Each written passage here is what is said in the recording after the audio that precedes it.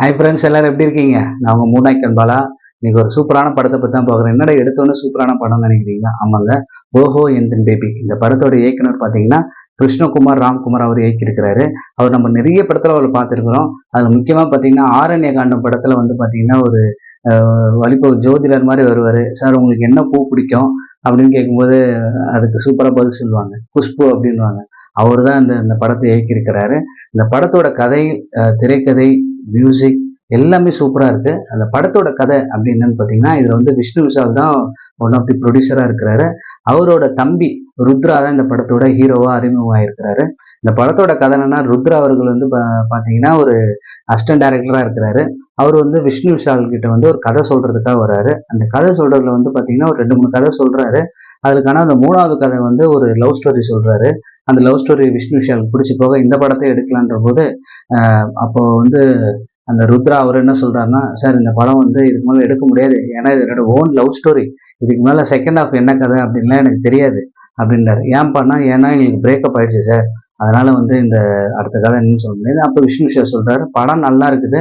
Public ஆடியன்ஸுக்கு relate பண்ற படம் கண்டிப்பா வந்து நல்லா போகும். உன்னோட லவ் ஸ்டோரி நல்லா இருக்குது.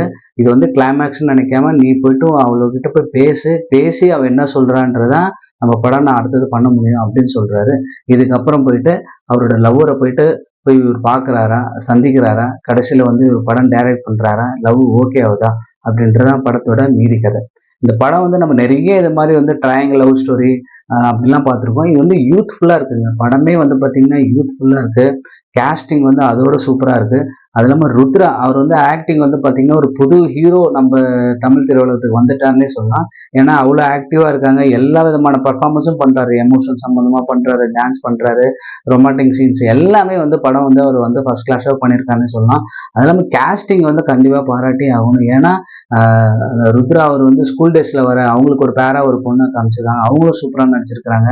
அதுக்கப்புறம் அவங்களுக்கு வந்து இப்போ பேரா இருக்கிற மித்திலா அவங்களும் ஃபர்ஸ்ட் கிளாஸாக அந்த எமோஷன்ஸ்லாம் கேரி பண்ணி படம் ஃபுல்லாக ஒரு நல்ல ட்ராவல் ஆகுது. படத்தில் வந்து வெறும் லவ் ஸ்டோரி மட்டும் இல்லாமல் ஒரு ஃபேமிலியில் ஒரு அம்மா அப்பா நடக்கிற பிரச்சனைகள் அதை பற்றி சூப்பராக இருக்குது படம். அது இல்லாமல் லொக்கேஷன்ஸ் எல்லாமே படம் வந்து பார்க்கறதுக்கு சூப்பராக சொல்லலாம். படத்தில் மியூசிக் வந்து நம்ம கொண்டாடக்கூடிய வகையில் தாங்க இருக்குது. ஏன்னா அதுக்கேற்ற மாதிரி அந்த சீன்ஸ்க்கு ஏற்ற மாதிரி வருது. டேரக்டரோட டச் நிறைய இருக்குன்னு சொல்லலாம். ஒரு சில நேரம் படம் பேசுது, டைமிங் சாங் போடுறாங்க, சம்மந்தமே இல்லை வேற ஒரு படத்துலேருந்து ஒரு டைமிங் சாங்ஸ்லாம் வருது. கண்டிப்பாக அது வந்து எல்லாத்துக்கும் வந்து பிடிக்கக்கூடிய படமாக தான் இருக்கும். படத்தில் மியூசிக் ஆகட்டும், எடிட்டிங் ஆகட்டும் எல்லாமே வந்து நல்லாவே இருக்குது. ஒரு ஆடியன்ஸை ரிலேட் பண்ணுறப்பனும் என்றைக்குமே அந்த படம் சக்ஸஸ் ஆகும்.